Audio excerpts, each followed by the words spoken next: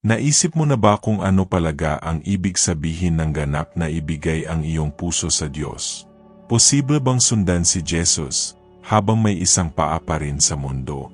Minsan, hindi natin namamalayan, sinusubukan nating pagsamahin ang dalawa.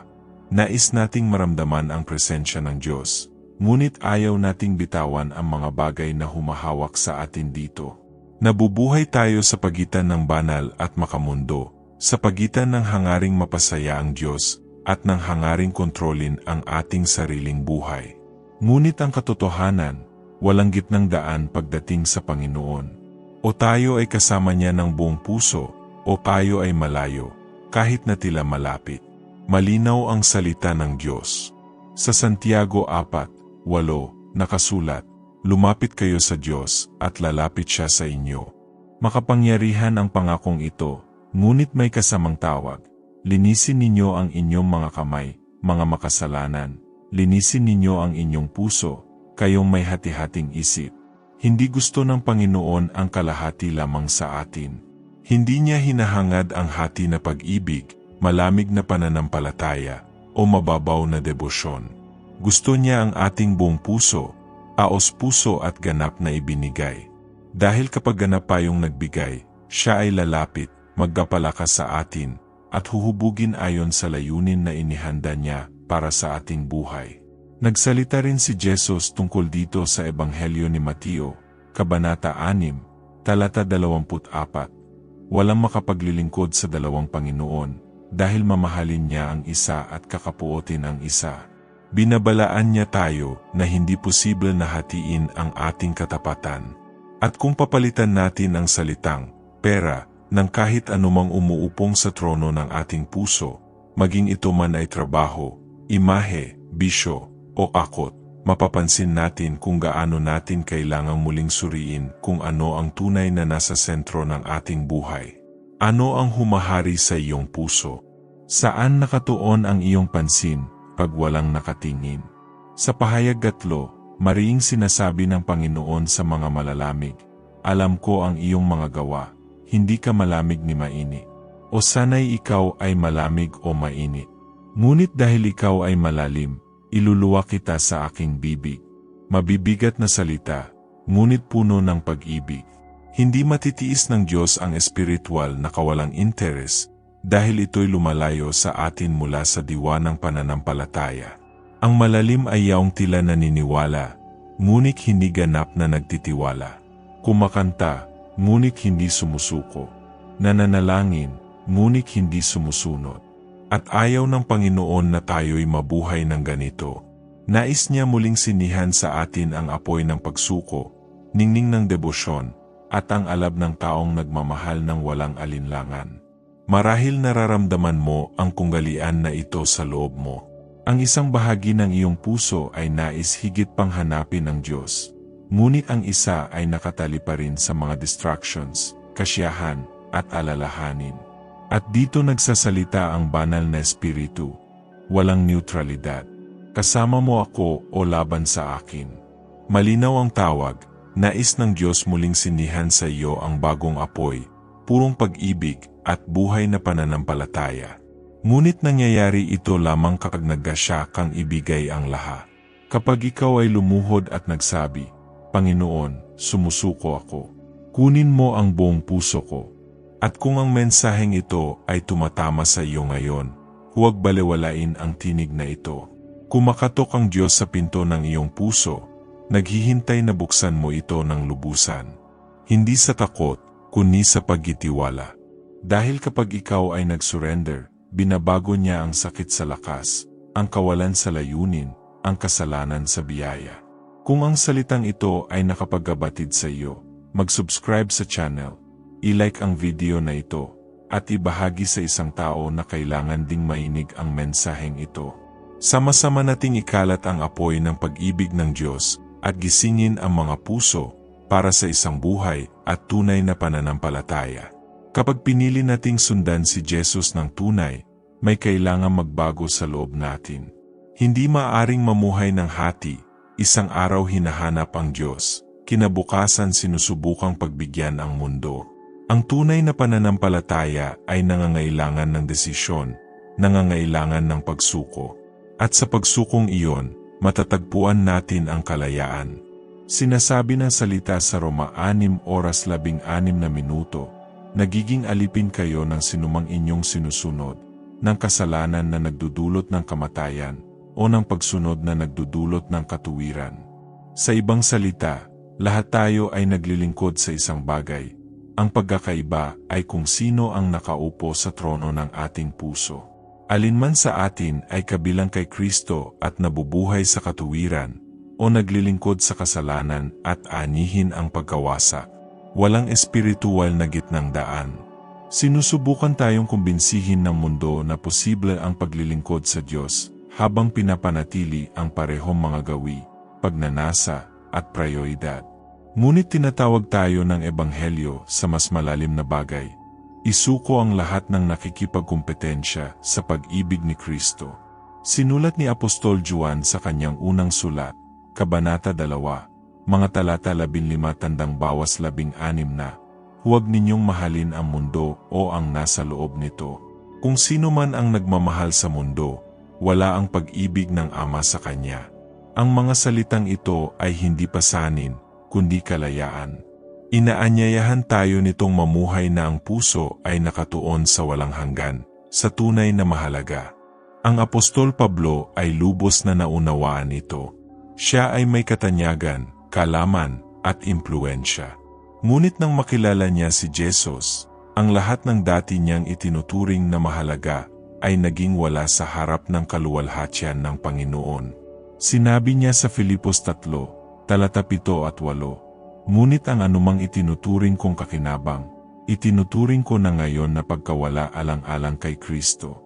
Itinuturing ko ang lahat na pagkawala kumpara sa higit na dakilang kaalaman kay Kristo Jesus, ang aking Panginoon. Ipinaggaliban ni Pablo ang lahat upang makamit ang isang bagay na walang hanggang higit, ang presensya at layunin ng Diyos. At marahil ito ang hinihiling ng banal na Espiritu sa iyo ngayon.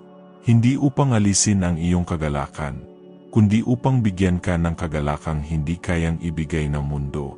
Kapag ang iyong puso ay ganap na sa Diyos, makakakita ka ng kapayapaan kahit sa gitna ng bagyo, lakas kahit sa kahinaan, at pag-asa kahit na tila nawawala na ang lahat. Sa lugar ng ganitong pagsuko, matutuklasan mo ang tunay na kahulugan ng buhay. Ngunit ang pakikibaka ay tunay. Minsan, ang puso ng tao ay hati. Isang bahagi ay nais hanapin ng Diyos, ang isa pa ay sumusuko sa pukso, mga abala, at kaginhawahan. Ito ay isang kahimik na digmaan sa loob natin. Kaya tinatawag tayo ni Jesus na pumingin lamang sa Kanya. Sa Hebreo 12, talata 2 nakasulat, ituon ang inyong mga mata kay Jesus, ang may akda at tagapaggatupad ng pananampalataya. Kapag ang ating mga mata ay nakatuon kay Kristo, ang lahat ng pansamantala ay nawawala ang kinang. Siya ang ating focus, ating sentro, ating dahilan ng buhay. Ang pagsunod kay Jesus ay nangangailangan ng tapang. Apang upang iwan ang nakaraan, sirain ang hindi kalugod-lugod sa Diyos, at mabuhay ng naiiba sa mundong mas pinipili ang madali kaysa tama. Ngunit ang tapang na ito ay hindi mula sa atin. Ito ay mula sa banal na Espiritu, na nananahan sa sinumang nagpasya na mabuhay para kay Kristo. At ito ang presensya na nagpapabago, naglilinis, at naglilipat ng hati na puso sa isang buong puso sa harap ng Diyos. Kapag ang puso ay ganap na sumuko, nangyayari ang isang supernatural na bagay, nawawala ang bigat, naakahanap ang kaluluwa ng pahinga, at ang presensya ng Diyos ay nagiging mas totoo kaysa anumang pangyayari. Ngunit ang landas ng pagsuko ay hindi walang laban. Minsan, hihilingin ng Diyos na bitawan mo ang pinakamahalagang nakatali sa iyo, hindi dahil nais Kanya parusahan, kundi dahil nais Kanyang palayain. Ang tunay na pananampalataya ay nangangailangan ng tapang na sabihin, Panginoon, kahit masakit, nagtitiwala ako. Kahit hindi ko maintindihan, sumusuko ako. At sa pagsuko na ito, nagsisimula ang banal na Espiritu na hubugin ang ating puso, burahin ang kayabangan, pagalingin ang mga sugat, at muling sindihan ang apoy na sinubukang patayin ng mundo. Sinabi ni Jesus sa Juan 1:0, talata 1:0, ang magnanakaw ay dumarating lamang upang magnakaw, pumatay, at sumira. Ako'y dumating upang magkaroon sila ng buhay at magkaroon nito ng sagana. Ang buhay na sagana ay hindi na sa yaman, katanyagan, o tagumpay, kundi sa ganap na pagsuko sa kalooban ng Diyos. Kapag pinili mo ang landas ng pagsunod, nawawala ang kapangyarihan ng kaaway sa iyo. Ang kasalanan ay hindi na diktahan ang iyong mga desisyon. Ang takot ay hindi na kontrolin ang iyong mga aksyon. Nagiging malaya ka, malaya upang magmahal, maggatawad, maglingkod, at mamuhay sa kapayapaan. Ito ang buhay na inihanda ng Ama para sa mga pumipili na sabihin sa Kanya araw-araw. Ngunit ang kagbiling ito ay pang-araw-araw. Araw-araw, susubukan ng mundo na agawin ang iyong puso. Araw-araw, matutukso kang lumingon sa nakaraan, tumingin sa likod, o maging komportable sa maligamgam na bahagi ng pananampalataya. Kaya sinabi ni Jesus sa Lucas 9, talata 62, walang sinumang naglalagay ng kamay sa araro at tumitingin sa likod ang karapat-dapat sa kaharian ng Diyos. Tinatawagan niya tayong magkatuloy ng matatag, nang hindi umatras, dahil ang kaharian ng Diyos ay para sa mga determinadong, sa mga nagtatagumpay, at sa mga nagmamahal hanggang sa katapusan. At kapag dumating ang mga pagsubok, at darating sila, tandaan ang pangako sa Isaias 41, talata 1:0, huwag kang matakot, sapagkat ako'y kasama mo. Huwag kang manglupaypay, sapagkat ako ang iyong Diyos. Palakasin kita, tutulungan ka, at susuportahan ka ng aking matuwid na kanang kamay. Ito ang tinig ng isang ama, na hindi kailanman iniiwan ang kanyang mga anak. Kahit kapag ikaw ay nanghihina, siya ay nananatili sa iyong tabi, sumusuporta, nagbabalik at nagtataas sa iyo. Hindi tinatanggihan ng Diyos ang mga basag na puso. Binabago niya ito at ginagawang kasangkapan ng kanyang pag-ibig. Kaya, malinaw ang paanyaya ngayon. Piliin mo kung kanino ka maglilingkod. Tulad ng ipinahayag ni Joshua sa kanyang panahon, ako at ang aking bahay ay maglilingkod sa Panginoon. Ang pagbiling ito ay nagtatakda ng direksyon ng kawalang hanggan.